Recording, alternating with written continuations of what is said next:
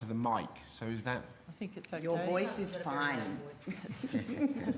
Yeah, would we even notice? All right. I've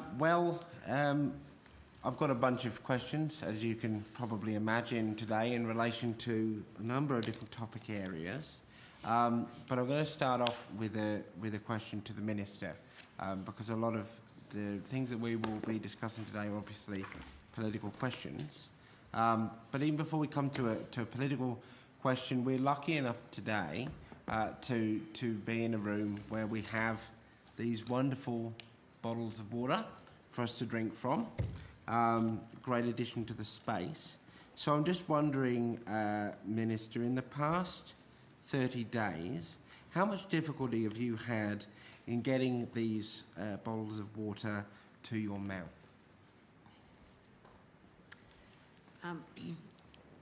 Senator Steele-John, I understand where you're heading with this. I just need a simple answer to a simple question. Senator, we have very respectful discussions here, and I'm sure we will today again. I mean, you clearly know the answer to the question you're asking, and I'm more than happy to have the discussion about the point that you possibly are trying to make. But asking me to answer a question like that is, I'm not sure it's going to be productive to our discussion. Okay. How much difficulty have you had recently in staying by yourself over, say, a period of a few days?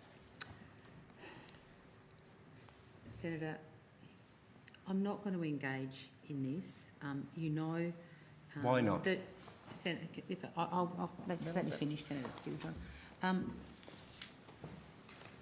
I acknowledge that people who live with disability have many and varied challenges from small to large, which is clearly where you're going with this line of questioning. It isn't, actually. Okay, well, perhaps you might just go to the point, because as I said, Senator, the point is to ask you a question and attempt to solicit an answer. So how much difficulty do you have in staying by yourself for a period of a few days? Senator Steele-John, relevance. The relevance of my question will become clear. Well, under the... So Minister, Senator, I'll direct you to the question.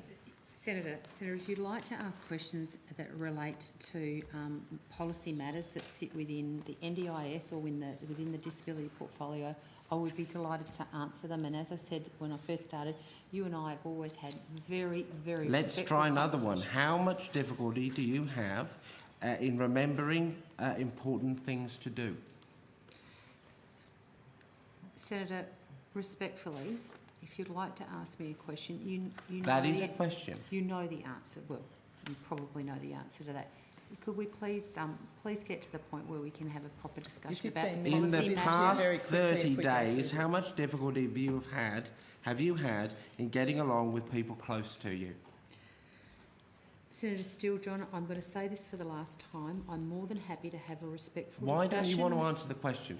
Tell me why you are struggling to answer this question. Could I also maybe respectfully ask you to let me finish my answer, and I will let you finish answering your questions. But respectfully, Senator Steele-John, I am more than happy to have a discussion with you in relation to policy and how it impacts on people with disability and your views on it. But these series of questions I don't think are really going to the point. What I personally do or don't do, I don't think is relevant to policy development, but I'm happy to have a policy discussion with you, Senator Steele-John. I understand that you are Minister. What I would now like to ask you is why you would not like to answer those series of questions. Senator Steele-John, I'm going to draw your attention to the standing orders. The matters under inquiry, in the case of estimates, the matters under inquiry, the particulars of proposed expenditure of departments and agencies allocated in accordance with a resolution of the Senate absolutely that assigns portfolios. They are relevant. The questions you're and asking when the Minister answers the question, relevant. I will be able to demonstrate the Senator relevance Steele-John, to the committee. Senate Minister, human being to human being, all right? Why would you not like to answer that question? Just tell me. I will take whatever answer you give. Please just answer the question of why you would feel unable to answer that question today. Any of those questions.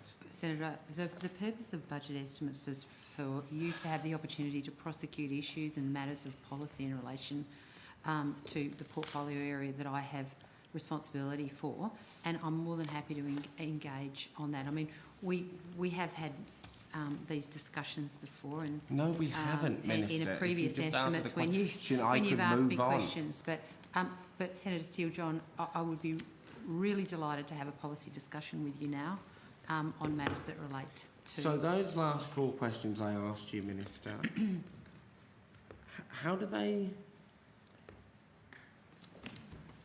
it feel to be asked questions like that? Well, I don't have a problem with you asking me questions like that, but I'm just trying to work out why you don't want to have. I mean, I clearly know where you're going with this, Senator Steele-John, and I'm more than happy to have, as I said, that policy discussion around this particular issue. More than happy, in a very respectful way, as you've always been very respectful to me. I mean, I can answer those questions for you quite easily. That is not a problem. But I'm just trying to see the relevance of you asking me particularly those questions. And we have known each other now for a good couple of years. So we are not strangers to each other, are we? Not We've worked in the same building for a good couple of years. And yet, so I'm just trying to get from you, if you were to answer those questions to this committee today, how would that feel to you? Well, I mean, clearly I have no issue in the answers to the questions that you've just asked me. I'm probably just seeking to understand what the relevance of my answers are in relation to this. So clearly I know where you're trying to go with this, and I'm as you know, I'm very respectful. But I'd just like to move on perhaps to the actual questions in relation to the policy, which I'm sure you're about to ask.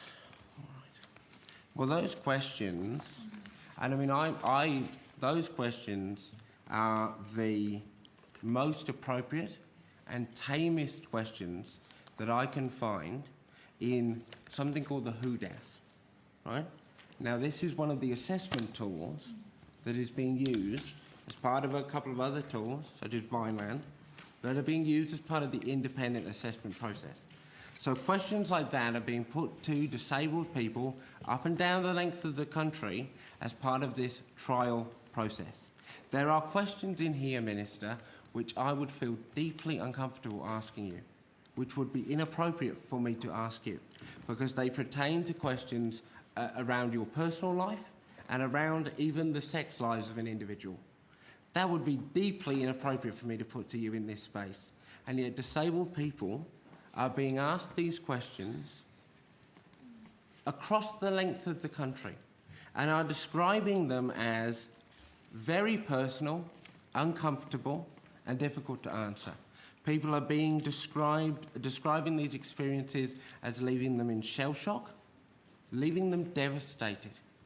People are calling my office, people in their 50s and 60s who have been alongside their kids all their lives, who are terrified about what it will mean for their children to have to face these questions when they have passed on. One individual who is a colleague of mine who has made his story very public. He is an academic of national regard in the area of supported disability accommodation. He was asked what supports he requires in his sex life.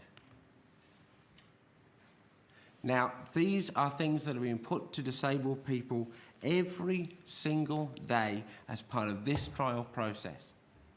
And I want to know, having had some of these questions put to you today, do you believe that is appropriate? Well, Senator, I suppose I would make a couple of comments. One is, I mean, we're on television right now, and to ask the kind of questions that you're referring to on television, of course I wouldn't think that was appropriate. But, I mean, clearly in order to provide the level of support that somebody who lives with disability, to ensure that those supports were appropriate, I'm sure there are questions that need to be asked. I am not an expert in this field, Senator Steele-John, and I'm sure the experts here would be more than happy to respond to you. But clearly there is a difference between asking particular questions in a public forum that's on television as opposed to, for instance, speaking to your doctor or speaking to a medical expert or somebody who is qualified in confidence. You are right, Minister. You are right. Speaking to your doctor, speaking to a medical professional, those would be appropriate questions, wouldn't they? As part of a long-built relationship between those two or three or a multiplicity of individuals. And yet the program your government is rolling out right now requires you to answer those questions to strangers, to people you have never met and may never meet again. Senator, I think there Do you is truly believe that is appropriate? Senator, I still think there is a significant difference between speaking to a medical expert, whether it's somebody that you have a long history with. I mean, we all have no history with somebody for the first time we meet them. You know, we do have a different relationship with people with medical expertise than we do in a forum such as this. And so I think there is a significant difference between you asking me these questions in here, not that the answers would have been particularly an issue, but as opposed to actually holding that conversation with somebody who is appropriately trained to have those discussions with somebody like I would have if I was referred to a specialist as an example. So you believe it's appropriate that somebody be made to have a conversation about how they have travelled in the previous month, maintaining their friendships with somebody that they have never met, that may have no relevant expertise to their condition type and who they may never see again? Well, certainly you would expect that a conversation of the nature that you're referring to would be held with somebody who was professionally qualified to have that conversation. But, I mean, I'm not that expert, Senator Steele-John, and so I don't have... You can see how it would be really tough, can't you? You can just acknowledge that would be tough. Well, Senator Steele-John, I mean, I don't pretend for a minute to understand what it would be like to live with disability. I wouldn't. I don't. Clearly you do. But, you know, in speaking about my own personal experience, I mean, there are times when you speak to professional people confidentially about particular issues, but I don't know what more I can add to this conversation, but maybe perhaps the officials might be able to provide a greater level of detail for you. One of the stories that has been very public is of an individual who was asked, an autistic individual that was asked to engage in this conversation, and the qualifications of the individual that engaged with them was that they were a physiotherapist. Do you believe that that's the appropriate level of qualification to engage in such a conversation? Well, I don't know the particular circumstances to the matter that you refer. I mean, obviously, you know, the officials here would probably be in a better position to respond to that question.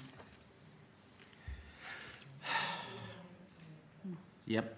In this, you'll have to come back to me again. Yeah, but, okay. All right. So the WHODA-S, the Vineland and the other tools that have been used in this process are written in English. Now, we know that there is a not insignificant proportion of people, putting aside community concerns that exist in relation to the definition the agency uses of culturally and linguistically diverse. There is a not insignificant portion of people that are from cow communities. What plans has the agency to translate these assessment tools and the questions they ask into languages other than English, accounting, of course, for the fact that some of the words used in these questions, some of the phrases, some of the things that are described, like forks and baths, don't exist in other languages?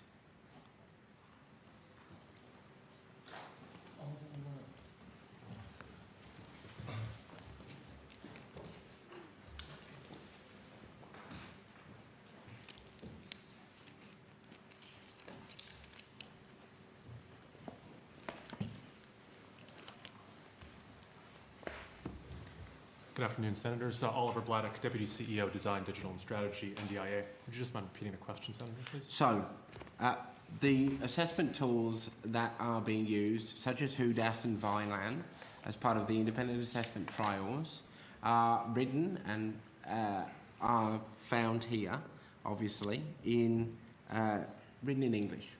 They contain questions, phrases and situations that are generally common to the Australian context, but may not be common to other culturally and linguistically diverse communities or to folks from other parts of the world.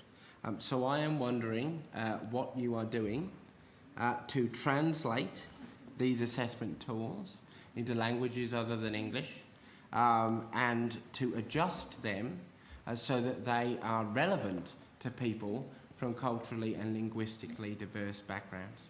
Thank you for the question, Senator. We're doing multiple ways to make adjustments so that populations and culturally and linguistic communities can participate.